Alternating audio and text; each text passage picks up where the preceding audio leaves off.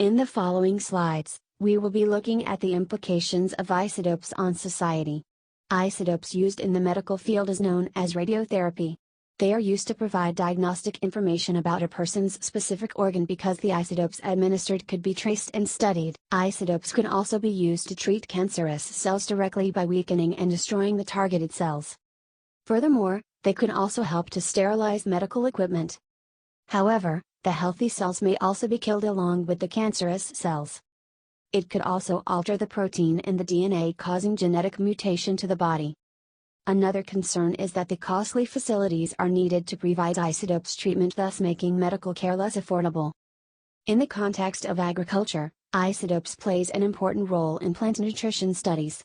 Radioisotopes such as phosphorus-32 and nitrogen-15 are utilized to study the efficiency of fertilizers.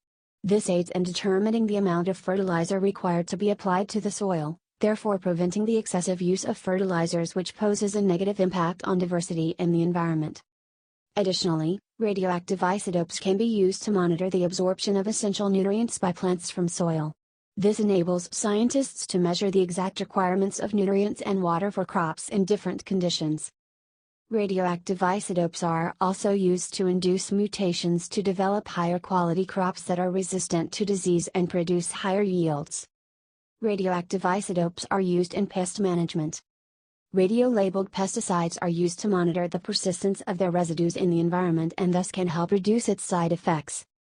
Sterile insect technique, SIT, involves the application of ionizing radiation to sterilize male insects and thus help in pest control.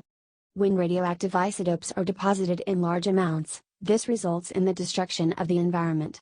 The Chernobyl nuclear accident is one major event that resulted in the contamination of more than 200,000 square kilometers.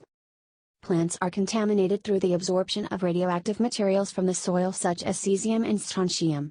Animals being higher up on the food chain would get contaminated as well. The radioactive isotopes reacts with the cells in the body, resulting in genetic mutations that often leads to higher mortality rate and lower reproduction levels. One example of such mutation in genes would be the red forest found in Chernobyl, whereby the needles of pine trees are seen to turn red due to the absorption of high levels of radiation. When radiation released from these isotopes are absorbed by the human body, it leads to severe immediate effects that often leads to death. The picture of the left shows what happens to individual body parts when large amounts of radiation is being absorbed. Radioactive poisoning is highly contagious because it lingers in the food chain. Naturally, humans are affected when consuming contaminated food. Iodine present in nuclear plants were being absorbed by humans, resulting in thyroid cancer. The development of genetic changes and mutations are also present in humans due to exposure of radiation. In the forensic analysis, there are two types of isotopes that are commonly studied.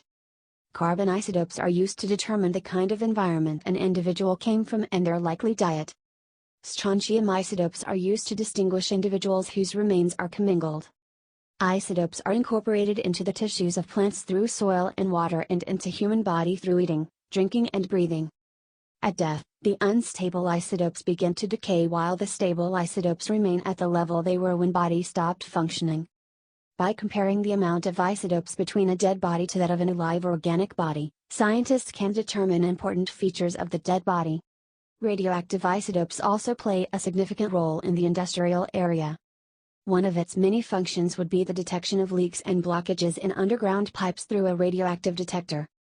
This saves the hassle of having to dig up the entire area to track the leakage, hence, saving manpower and time.